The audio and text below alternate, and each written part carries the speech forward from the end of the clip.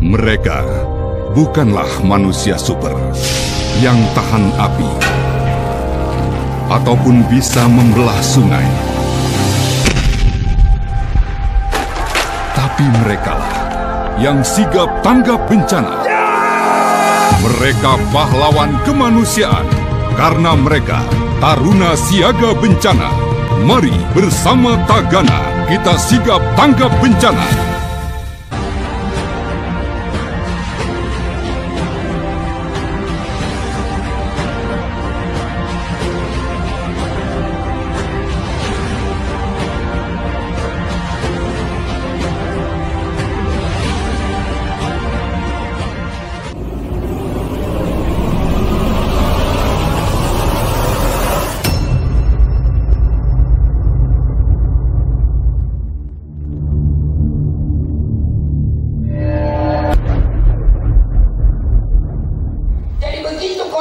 Membayangkan kau seolah-olah telanjang.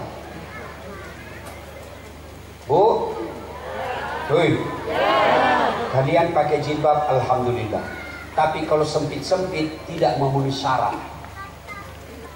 Kalau cewek masih bagus dilihat. Kalau mama-mama usianya sudah hampir 60 tahun, pakai baju sempit baru tebal, gendut seperti burasa. Tahu burasa? Tahu buras? Coba lihat kalau dibuka tadinya itu buras, masih kentara kan itu. Pilih-pilih. Nih, Bu.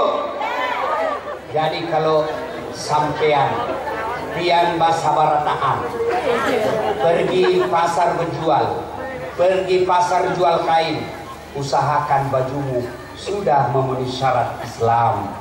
Saudara-saudaraku, bapak-bapak, pergi cari nafkah, usahakan bajumu tidak mempertontonkan lekuk tubuhmu. Yang kedua, usahakan begitu kau pergi cari nafkah, engkau memang najemne sudah ada wudumu, karena Rasulullah tidak pernah keluar rumah, bahkan beliau mau tidur sekalipun ada wudunya. Jadi mulai besok pergi kerja, pergi kantor, pergi futsal, pergi dagang, pergi nonton, pergi apa saja, bajumu sudah islami dan sudah ada wudu.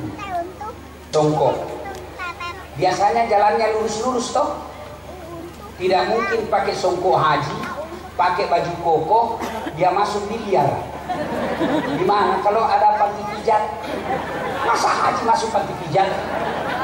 Maka ibu-ibu, salah satu caranya kau jaga suamimu, kalau dia keluar suruh pakai songkok haji. Cuma Nabi bilang di Makassar, sudah kusuruh Ustaz pakai baju koko, pakai songkok haji, sampai di mobil dia gantinya bajunya. Memang sudah watak itu. Sudah ada wudu, sudah ya. Satu, benarkan pakaianmu kalau mau pergi cari nafkah. Dua, kamu pergi cari nafkah dalam keadaan suci, ada wudunya. Yang ketiga, sebelum keluar rumah, hadaplah ke kiblat sambil berdoa. Hadap kemana, Bu? Hadap ke cermin. Hadap kemana, Pak? Kemana? Kiblat. Lalu berdoa. Bismillahirrahmanirrahim. Allahumma shalli ala sayyidina Muhammad wa ala ali sayyidina Muhammad. Inna salati wa nusuki wa mahyaya wa mamati lillahi rabbil alamin. Menuju ke pintu, sebelum keluar pintu baca Bismillahi tawakkaltu alallahi la haula wa la quwata illa billah.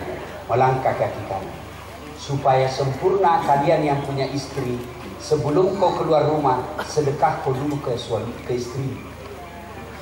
Sedekah apa? Pakai duit? Bukan. Sedekah apa? Kasih emas? Tidak. Tapi apa? Cium jidatnya. Itu Rasulullah setiap keluar, beliau sedekah kepada istrinya. Dengan cara apa? Cium jidatnya. Maka mulai besok ibu, kalau suamimu mau keluar, oi Daeng, Mas, sedekah. Bilang suaminya, sini kok, sukai kok. Masya Allah. Keluar suamimu sudah disedekah, bisa billah. Masya Allah. Pernah lihat istriku di YouTube? Masya Allah. Hafal Quran, masih muda, cantik, namanya Mama Nyece. Masya Allah. Kalau saya mau keluar, Bu, semenjak saya jadi suaminya, tidak pernah dia saya keluar rumah tanpa diantar saya sampai di atas mobil, dan tidak pernah dia keluar tanpa dia peluk saya, dia usap dadaku. Lalu dia bilang, Ustaz, ridhoi saya. Allah, ridhoi saya Ustaz, ridhoi saya. Sudah itu dia cium Kak 5 kali. Mana di Wijaya? Lari dia. Allah. Pak Haji, kalau keluar rumah berapa kali dicium sama istri? Kadada. Jujur Pandi. Masya Allah. Itu Mama Nyece, Bu. Kalau saya sudah pulang, dia peluk saya. Ridhoi saya Ustaz, ridhoi saya baru. Jidatku lagi dicium. Baru dicium.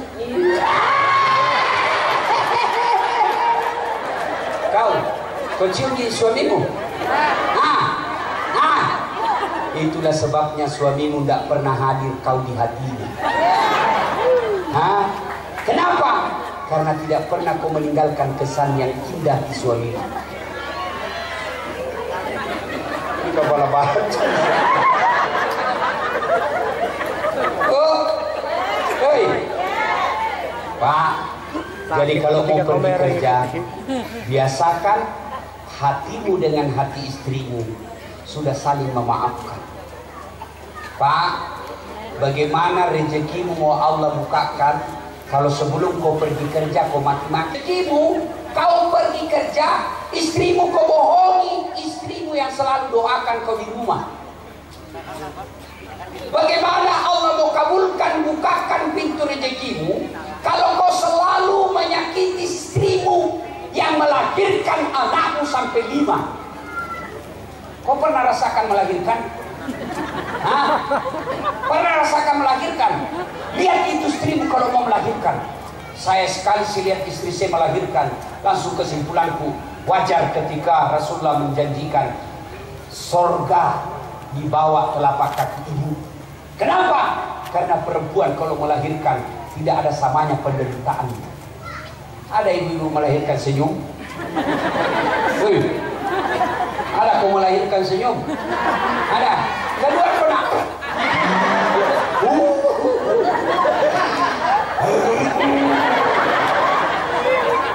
Iya toh?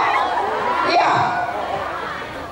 Maka kalau kau khianati istrimu yang 5 kali mengandung, Allah. Lihat itu istri kita kalau mengandung, Pak. Saya lihat itu waktunya cek dalam kandungan. Itu istri saya jalan aja susah. Kalau mau duduk kasihan, hati-hati itu. Duduk pakai standar samping. Allah. Hei, Pak Polisi, pernah lihat istri hamil? Pernah. Berapa kali istri bapak melahirkan? 2 kali. Lihat waktu hamil. Pernah enggak istri bapak hamil tidur tengkurap?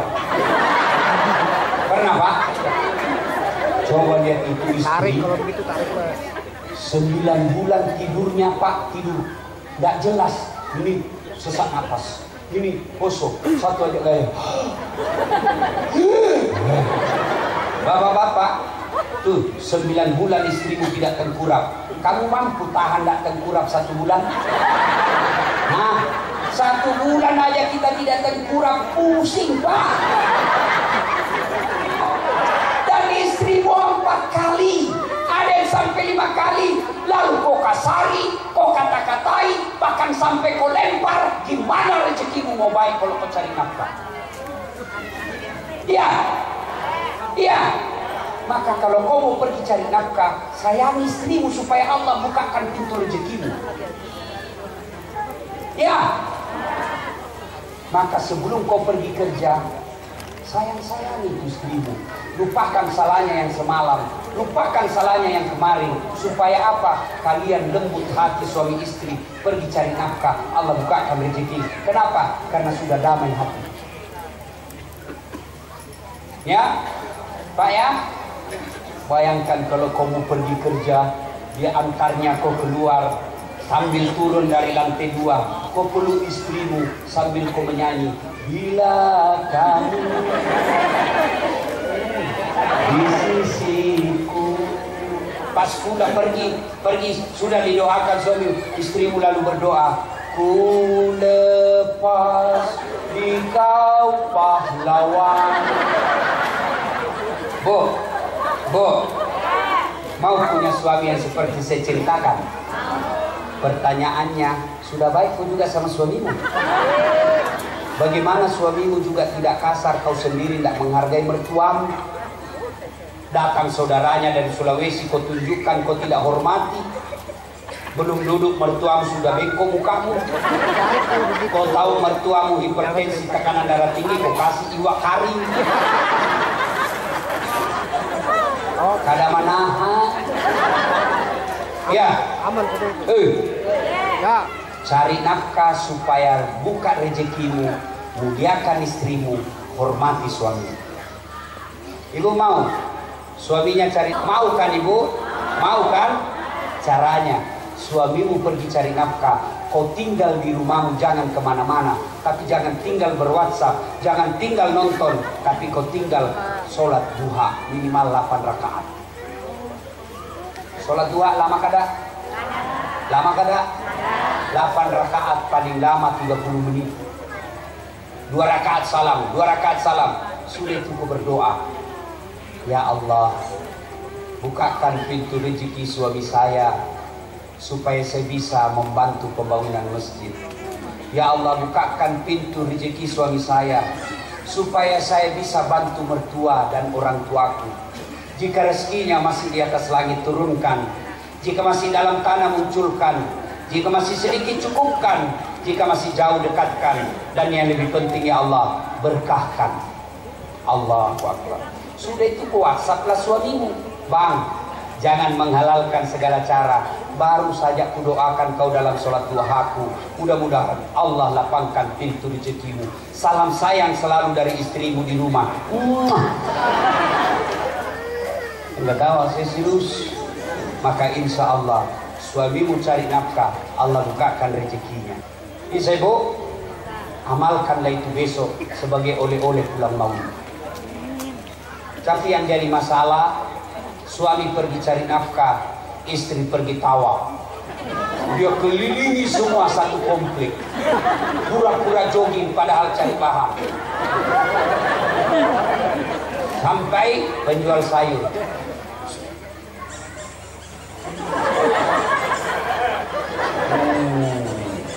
maka jangan heran 30 tahun kalian mencari nafkah di Samarinda, hidupmu jalan di tempat, bahkan ada kecenderungan makin susah. Kenapa? Karena kalian mencari nafkah. Suamimu pergi cari nafkah, kau bikin dosa di belakang. Pak, kalau ada istri begitu, tidak tahu menghormati mertua, kita pergi cari nafkah, dia bikin dosa di belakang, ambil keputusan cepat. Yang kau ganti, kasihan dia. Caranya apa? Tambah jadi 2. Supaya apa?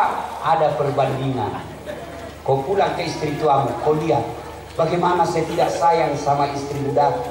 Sifatnya baik, akhlaknya bagus, pantas aku lebih dekat denganmu. Ku pertahankan kau. Kenapa? Karena kau terlanjur menjadi jodohku. Maka istri tuamu berupaya berbuat baik, menyayangi sini. Kau datang ke istri mudamu. Kenapa kau tahu tak kenapa ku pertahankan istri tuaku? Karena dia cepat berubah. Dia berubah untuk memperbaiki dirinya. Inilah dia istri saya. 2. Tidak stabil 2. Supaya penyeimbang ini 1. Kalau berani, Kadawani, jangan coba-coba supaya hidupku tidak hancur. Jelas? 10. Siapa bilang belum? Coba kau lihat. Ya. 2, 3. Ibu bapak, saudara-saudara sekalian, Nabi didatangi, ya, Nabi didatangi, diketuk rumahnya. Assalamualaikum ya Rasulullah. Nabi menjawab, Waalaikumsalam warahmatullahi wabarakatuh. Pak, yang menjual, sini. Oi, sini, saya kasih hadiah. Sini. Sini.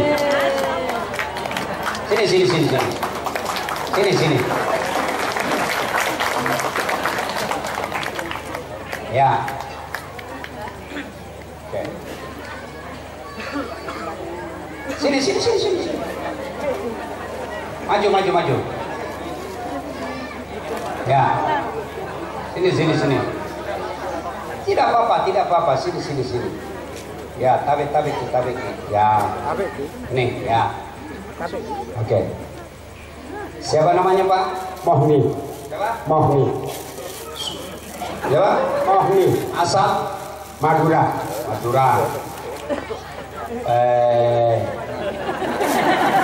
Sudah berapa lama jual begini? 6 tahun. 6 tahun. Tadi sebelum di sini di mana? Tadi malam di Balikpapan. Acara apa di sana? Habib Syekh. Oke. Bisa ceritakan saya apa yang diceritakan Habib Syekh tadi malam? Hah? Lawatan. Nah, Bapak mau nggak berhenti gini dan Allah kasih rezeki lebih bagus? Mau. Itu tadi ada dijelaskan sama Ustadz, cara mencari nafkah yang baik. Coba satu. Ya, berusaha. Dia jelaskan tadi Pak Ustadz.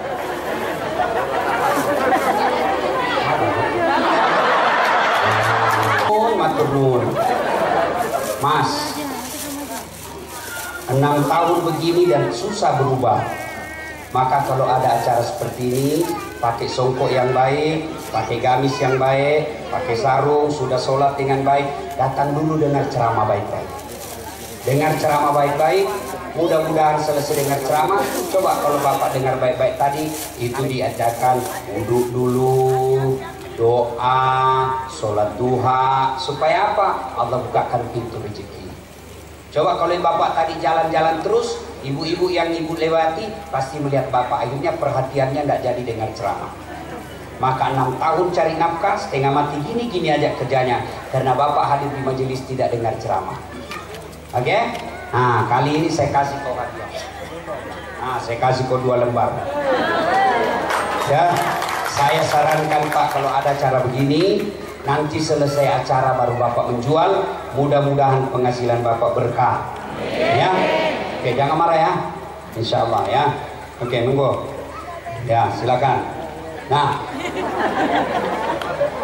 duduk. Kau dengar ceramah dulu di sini.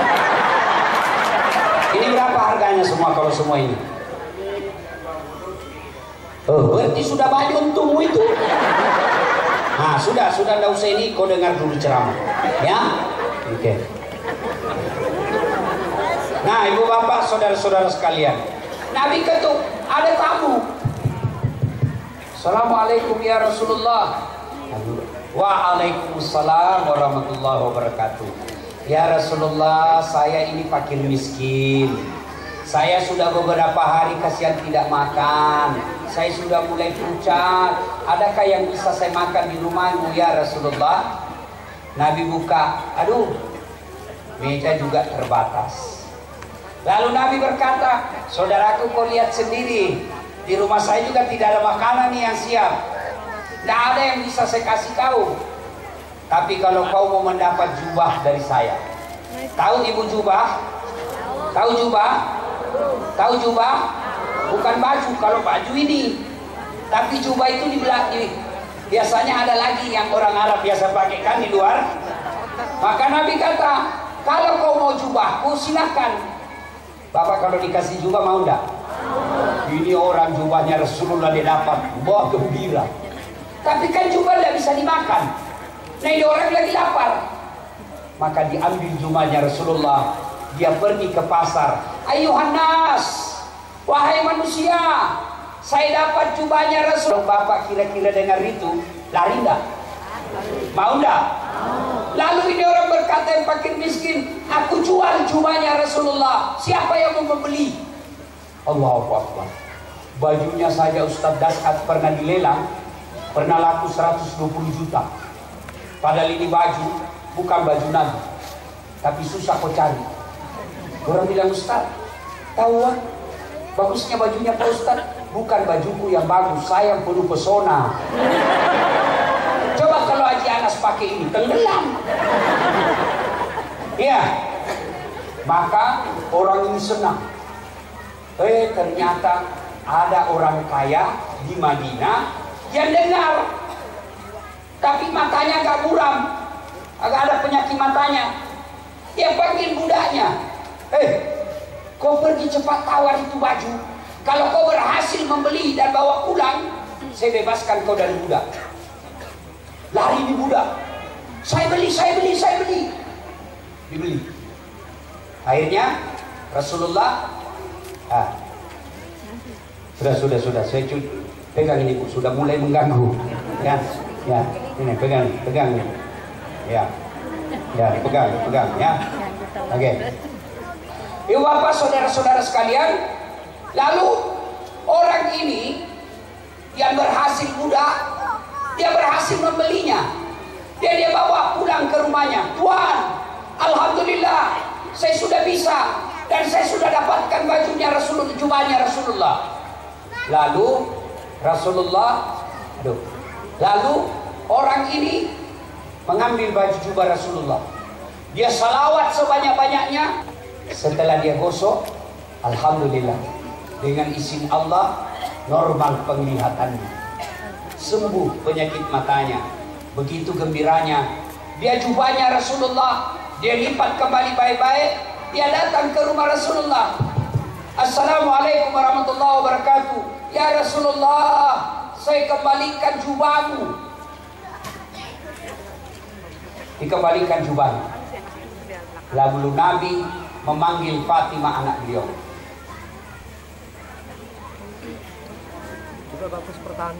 Nabi memanggil anaknya, Fatimah ta'al, Fatimah sini. Lalu Nabi bersabda, Fatimah, kau lihat hebatnya ini sedekah. Kau lihat ini bajuku yang kusedekahkan. Dia memberi makan fakir miskin, 1. Memerdekakan budak, 2. Menyembuhkan orang sakit, 3. Dan hebatnya lagi, jubahku itu kembali lagi kepadaku. Inilah kekuatan sedekah. Maka maulid kali ini, kalau Bapak betul ingin dicintai Allah dan Rasulnya, kalau Bapak betul-betul cinta kepada Nabi, sedekah. Cinta kepada Rasul, satu di antaranya sedekah seperti acara ini. Kita doakan mudah-mudahan sponsor acara ini Allah murahkan rezekinya, Allah bahagiakan keluarganya, Allah gantikan segala pengeluarannya berkali-kali lipat lagi. Coba dengan sedekah acara seperti ini, kurang lebih 3.242 orang yang hadir. Tidak percaya, hitungku sendiri. Yang 3.000 ini pulang, tidak usahlah 3.000 semua. 100 orang pahala dari amal itu, dan yang 100 itu Andi Wijaya yang jadi sponsor atau orang-orang sedekah acara ini juga mendapat pahala seperti pahalanya orang 100 itu, tanpa mengurangi pahalanya yang 100 orang. Bersedekah. Ustaz, kenapa ya hidupku susah? Tidak bisa baik ekonomiku, karena kau pelit. Kenapa saya miskin? Karena kau pelit. Tidak ada orang dermawan yang jadi pelit. Tidak ada orang dermawan yang jadi bangkrut. Ada enggak Bapak Ibu lihat di Samarinda ini jadi miskin karena rajin sedekah? Ada enggak? Nah, jadi mulai besok kalau hadir majelis, mulailah bawa sedekah. Jangan selalu berharap nasi kotak, tapi berusahalah bawa nasi kotak kasih orang. Kalau cuma bisa lima aja sambil kau berdoa, ya Allah lapangkan rezekiku supaya majelis yang akan datang saya bawa 7 kotak.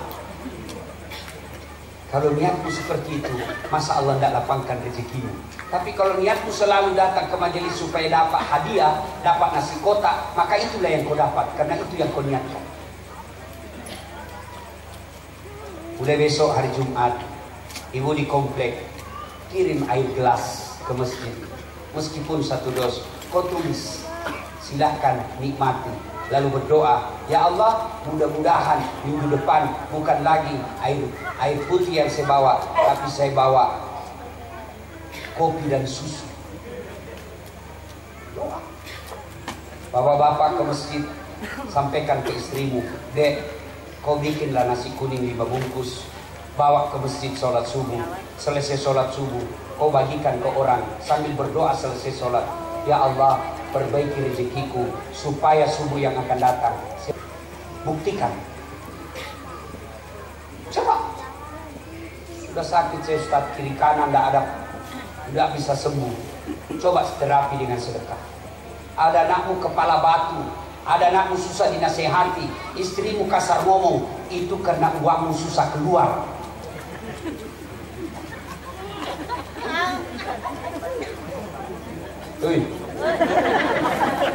Masuk akalnya itu. Berarti suamimu kasar toh? Maka kenapa begitu anak-anakmu? Karena kamu pelit.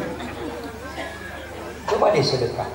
Ada bapak punya anak, kok dinasehati tidak mau mendengar? Karena bapak susah keluar duit. Tolak bala itu sedekah. Ada anak kita susah sekali mendengar. Sedekahkan. Sedekah, niatkan anakmu menjadi anak yang soleh dan soleh. Salah satu ikhtiar tolak bala itu sedekah. Ayo Pak, jangan selalu mau dikasih, tapi mulai besok berupaya untuk memberi meskipun sedikit. Bu-ibu, ada masjid. Alhamdulillah. Saya tidak bisa bangun masjid tegel Ustaz, tapi itu dari toilet ke pintu masjid tidak ada sendal. Kau beli sependal 10 pasang swallow, tapi jepit, bawa ke situ. Semua orang pakai, dicuri orang. Alhamdulillah, berarti Allah kasih kau lagi untuk tambah lagi sedekah. Bu ibu, yang banyak semua masnya. Hei, kalau kau mati siapa yang pakai itu masnya? Anak, istri kedua. Kawin lagi suamimu. Oh, kalau kau sudah mati bu, itu suamimu menangis. Cincin kawinku. Dia buka cincin kawin sambil. Ini gelang dulu kubelikan waktu saya pergi umroh. Ini hadiah perkawinan. 5 bulan kemudian ketemu janda muda. Dia ambillah itu cincinmu, dia kasih sama cincin gelang, Dek, kau ambillah ini mantan istriku punya. Dia kurban sapi, kambing aja enggak pernah. Saya kada mampu Ustaz. HP-mu harga 5 juta. Itu karena kamu tidak pelit. Coba sedekahlah. Sedekah saudaraku. Tangan di atas kata Nabi jauh lebih mulia daripada tangan di bawah. Saya Ustaz mau punya anak penghafal Quran, tapi istri saya mandul. Gimana caranya? Kau cari penghafal Quran, kau ongkosi sampai sarjana. Sama hukumnya di hadapan Allah anak kandungmu itu. Saya mau punya penghafal Quran, tapi anakku tidak mau mondok. Cari kau penghafal Quran, biayai hidupnya. Sama kalau dia berdoa anak kandungmu sendiri. Sedekah. Ibu, ada suamimu kasar, kau bangun salat hajat tengah malam, minta pertolongan Allah supaya Allah lembutkan hatinya. Selesai itu lalu kau niat, ya Allah ini ada duitku 5 500.000. Saya tolak bala bulan ini. Mudah-mudahan 500.000 ini Allah lembutkan hati suamiku dan dia terhindar dari wanita jahat. Bismillah. Daripada kau curhat di Facebook, tak kusangka kau begitu. Salatullah salamullah ala toha Rasulillah. Salatullah salamullah ala Yasin. Oke, sudah. Dia laki-laki kok logik sekali. Coba ulang. Salatullah ala toha Rasulillah. Salatullah salamullah ala Yasin. Alhamdulillah. Pak, belajarlah dermawan. Bapak-bapak, ada istrimu kasar, tidak mau mendengar, kau bangun sholat tengah malam, sholat hajat namanya. Sudah itu tolak bala dengan sedekah. Ya Allah, lembutkan lisan istri saya. Ya Allah, perbaiki akhlaknya. Lindungi istri saya ya Allah. Ini ya Allah, kalaupun saya sudah capek mendidiknya ya Allah, selalu ku nasihati, tapi dia tidak mau mendengar ya Allah. Bimbing dia ya Allah. Lalu tolak bala dengan sedekah. Insya Allah, Allah cepat kabul doanya orang-orang yang rajin sedekah. Nah, ibu bapak, saudara-saudara sekalian, siapa lagi yang mau dapat hadiah? Siapa lagi? Siapa lagi? Om Kumis. Sini. Ayo Om Kumis. Oh, Om Kumis tidak mau ya. Kau, sini kau. Sini. Coba. Ya, cepat. Sudah tengah malam ini. Biar kau jatuh lari juga. Oke. Ya. Ini kalau Indomie Pak nggak mundur kalau 2 bungkus. Siapa namanya? Ricky. Nama benarnya? Muhammad Ricky. Muhammad Ricky. Lebih baik hilang Ricky-nya daripada Muhammadnya. Istinya tadi, siapa nama? Muhammad. Kalau Ricky, tidak ada dalam hadis. Muhammad itu nama yang tidak pernah ada di dunia. Akhir Rasulullah, kakeknya memberi nama Muhammad. Muhammad Ricky. Oke, Muhammad Ricky. Jabat tangan dulu, bos. Oke, ini keras. Lalu pandang mata, senyum. Bagaimana kabar Ricky? Baik. Alhamdulillah. Keluarga di rumah? Baik. Oke, kau dapatlah hadiah. Oke, silakan turun Muhammad Ricky. Itu gambaran sedikit saja. Rasul kalau ketemu sahabat, beliau dulu yang naik tangannya. Tidak pernah ketemu orang Nabi, itu dulu yang kasih tangannya. Enggak, Nabi dulu yang kasih tangannya. Dan hebatnya, Nabi kalau jabat tangan, tidak pernah dia tarik tangannya. Nanti puas orang jabat tangannya Nabi, baru Nabi lepas. Tidak pernah Nabi jabat tangan, orang lain dia lihat. Nabi kalau jabat tangan dengan sahabat, dia lihat matanya sahabat sambil senyum. Dan langsung bertanya, bagaimana kabarmu? Kaifa haluk? Bagaimana kabarmu? Sehat-sehat? Alhamdulillah. Cerita-cerita lagi, habis bahan, dia tanya lagi, bagaimana kabarmu? Dan Nabi, alis kanan kirinya tebal, seimbang. Tidak seperti ibu-ibu tikungan. Tebal. Lalu di tengah-tengah antara alisnya Nabi itu ada urat. Dan urat ini kalau Nabi marah, dia membesar. Sehingga sahabat tahu Nabi lagi marah, sehingga Nabi tidak perlu mengeluarkan kata-kata kasar. Kenapa? Sudah ada tandanya di sini, Nabi lagi marah. Bola matanya Nabi yang hitam-hitam sekali, yang putih, putih sekali. Ini bulu matanya Nabi atas bawah hitam sekali, lentik dan rapat, tebal, padat, sehingga selalu saja ketika Nabi sakit matanya. Lalu kenapa dia sangka pakai celak? Karena tebalnya itu bulu matanya Nabi. Hidungnya Nabi mancung, tapi tidak panjang. Beda itu kalau hidung panjang jelek dilihat. Kalau saya PC besar. Nabi mancung tapi tidak panjang. Nabi kalau bicara selalu begini tangannya. Satu jari begini lalu gini deseng ini. Dan selalu diulang-ulang sampai 3 kali. Rambutnya Nabi sejajar dengan daun telinga, bukan gondrong, rapi. Tidak pernah sahabat ketemu Nabi kecuali rambut Rasulullah sudah rapi, diikat dengan serban. Kalau bicara Nabi tidak pernah mulutnya keluar kasar. Itulah akhlak. Maka puncak dari semua keadaan kita, kalau kalian cinta kepada Rasulullah, perbaiki akhlakmu.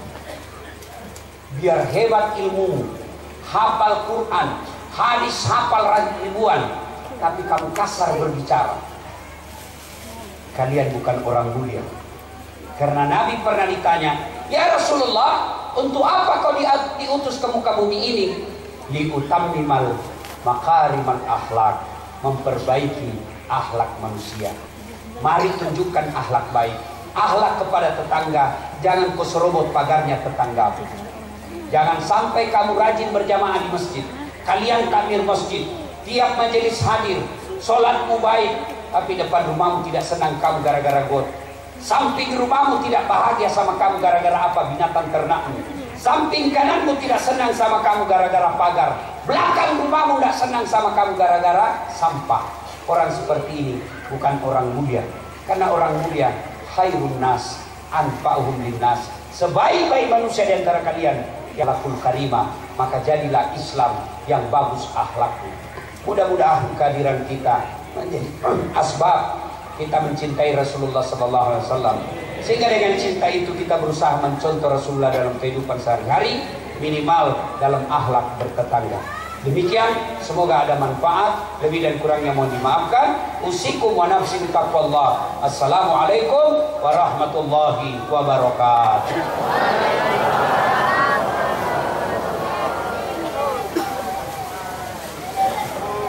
Assalamualaikum warahmatullahi wabarakatuh. Demikianlah kita telah mendengarkan ceramah Dr. Nabilah saat lagi SOS PhD yang bisa kita ambil kesimpulan bahwa jangan lupa like, comment, and subscribe Rusdian Channel. Mbak dan Isya di Majelis Taklim Raudatul Jannah, Jalan Siti Aisyah RT 15 nomor 57, Kelurahan Teluk Darong Ilir, Samarinda. Demikianlah seluruh rangkaian acara pada malam hari ini. Mohon maaf lahir dan batin. Mari kita bersama-sama mengucap syukur dengan membaca lafaz hamdalah. Sekali lagi kami informasikan Bapak dan Ibu, mohon untuk menjaga kebersihan di area acara. Sekali lagi membantu panitia agar senantiasa bersih area karpetnya. Kemasan minuman, kemasan makanan mohon dikumpulkan Bapak dan Ibu. Sekali lagi mohon kesediaannya untuk menjaga kebersihan di tempat acara.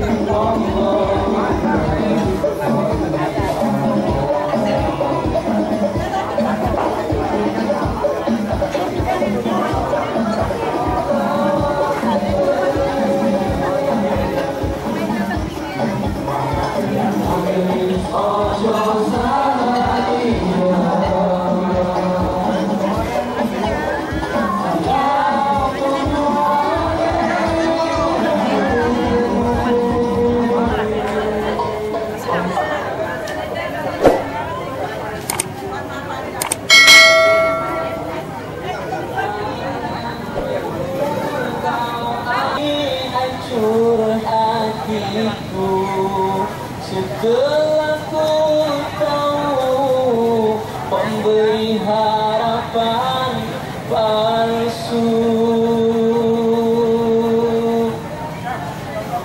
sejak awal kau bikin